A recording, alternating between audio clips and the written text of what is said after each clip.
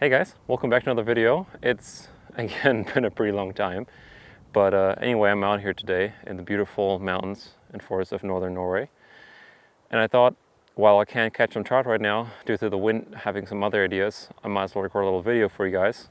I wanted to do some more reviews anyways coming up soon, and I'm out here today with the Hill People Gear original kit bag Snubby. I believe that should be the exact model, and just kind of take you through what I use it for, what I carry in it, why I chose it, and I've had it now for probably a year and a half or so. I think February 2025 is when I pulled the trigger on it after it was finally available. I think I waited about a year for it to restock. And it wasn't the cheapest with the shipping and the customs and whatnot to Germany, but it is what it is. So I'm pretty happy with it. The main reason, to just get straight into it, why I chose this chest bag in particular instead of either other companies. Of course, now Loadout came out with their own one, but on the market in Europe, I don't think there was all that much selection. I think there's some 511 stuff. There's some Helicon-Tex, which, you know, like, yeah, they do great stuff, but I think they're not as thoughtful about this type of gear than Hill People Gear is, with how they designed it and what they had in mind with it. And of course, it was meant also a bit of an option, as far as I'm aware, to carry concealed carry pistols, which is what most people I think do with it. But being in Europe, that's obviously not the case for me. I use it kind of as like a second line of tools of survival, and I only use it when I'm like out in the countryside, like right now. I'm down here in the valley in a cabin, trekked up a couple kilometers over into these hills to get to the lakes, and yeah, I chose it primarily because of the form factor, the Snubby size in particular. I don't like the more voluminous, higher volume kits, just because I tend to overload them anyways, and I then usually am not able to put them in between or fit it nicely with the backpack straps. So for instance, right now I got the Yoka 20 liter that I also probably want to make a video on. I primarily use it right now for like tech stuff, but like for instance today that I want to carry a little bit more fishing stuff into the mountains and some camera gear, and I'm able to like nicely fit it together with my chest straps, with the, if I want to close that, or if I would have like a larger pack like the Yakari XL for instance, that is like really snug on you with their pack frame. I just don't want this to interfere much with it, because I don't personally, I haven't tried it yet, but I don't want to really use the pack straps that they provide to basically hook this onto your shoulder straps. On the exterior, I don't carry all that much either. Sometimes I carry a fixed plate on the molly below, but I prefer to have that on my belt instead.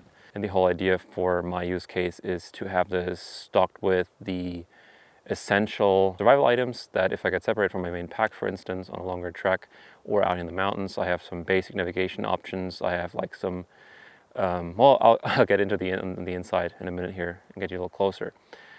So I don't carry too much on the outside. I know that some people carry bear spray under. That's like quite popular, what I've seen, but that again is not really possible in most places in Europe. And then on the outside, it's got a small handheld radio right now. As I said, like some people have some really nice ideas. They put like Molly placards or something on there, Velcro stuff, but I just haven't really had the guts yet to modify it like permanently like that. I have some zipper pulls, other zipper pulls on here. I got like the Terra B rubber ones, except on like the most rear ones. I have the standard on there. But onto the front pocket is like kind of like my main, well, except some zip ties. This is kind of like the main survival type quick access things. I have like a lot of things dummy corded in here. But I got like a normal like rescue blanket in here, just especially the mountains and stuff. And I got some pretty durable rescue essentials. I think these are like the bear gloves. I got a small signal whistle in here. Again, these items are like all dummy corded. Then I got a SOL little signal mirror in here, and that's pretty much it. Like, that fills out those small pockets pretty good. They have nice dividers in there, so all these things have their own place. They can completely stow them with their little cord. They're just, I think, like the most important things. Of course, the zip ties, quickly accessible in the front. Sometimes I'll have some pens in there as well, but I have those currently in the main pocket, which we'll get onto now. So the main pocket, again, I got some other zipper pulls on that, and we can just kind of open it right up. In the front pockets, and again, I really hope you guys can see this somewhat. I got my main pens down here. I just got like a graphite and a permanent marker on here. And then in these front divider pockets, I got some Ballistol, like oil, some hand sanitizers, and then I got these this little packet here with some mosquito repellent on there and some emergency aqua tabs. I'll come back to that kind of system later as well. Water purification in general, because I think this is like one of the most important items in that kit. If we're talking about like sustainment and stuff, if you get separated. I got some CR123 USB version on here as well for the Sidewinder, the Streamlight Sidewinder. On the other divider pack, I just got a normal Ride in the Rain notepad to go with the pens and stuff, just if you kind of need to keep track of something. And I got a Silva map compass on here. I do like to usually carry a paper map of the local area, which I'll get quickly as an intermission to the most rear pocket. So in this case, for instance, I got a map of the local mountain area over here. I have a Westcott GR4 joint plotter. I hope you can somewhat see that joint plotter here. I got some track patterns and just kind of emergency information kind of stuff here. And while we're back here, because this is the last item, I do carry a Cana Provisions personal decon kit, or a water decon kit. I haven't opened one of these yet, so I'll keep this one usually closed. That's why I have like another piece of 4 aqua taps, and I intend this to keep this closed and really only open it up like kind of last ditch emergency. Because usually, well, I mean, water, I think, is the most important part of survival inherently. So I usually carry my Grail water bottle, which I have on me right now, and the H2Go to purify water kind of more sustainably over time. So kind of the main placard here, I 3D printed this and then just kind of velcroed it on, retained with some bungee cord. On this side, I got a Leatherman multi-tool over here.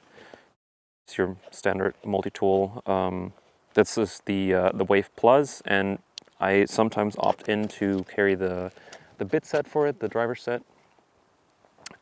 Over here I got a small fire starter, a little flint. I'm not sure what the brand is on this one exactly, but I do really I wanted one where there's a small striker built in here, just to kind of keep this as low profile as possible. Usually I will carry a lighter over here as well, but I have not had that in here for a while. Just some Tylenol pain meds, because I feel like, if you're out here and you get some pain or something, I think it's good to have it accessible. A little chapstick for like sunny days and everything to keep that all in check. And then I have a small iOS, I think 3T it is, a small flashlight that's now stuck on here on the other rubber band. Just a small flashlight I think this is just more accessible. I know there's 2 in here, but I think also can't really have enough light, especially if you should lose one. Then I do have still the Streamlight Sidewinder with the multiple color modes, red, blue, IR, and white light in different strengths. And I just feel like this is kind of indestructible. It's my usual go-to light at work as well. I carry this one usually on my jacket. I work in EMS, and I think it's indestructible, and I use it together now with the rechargeable Seer 123s.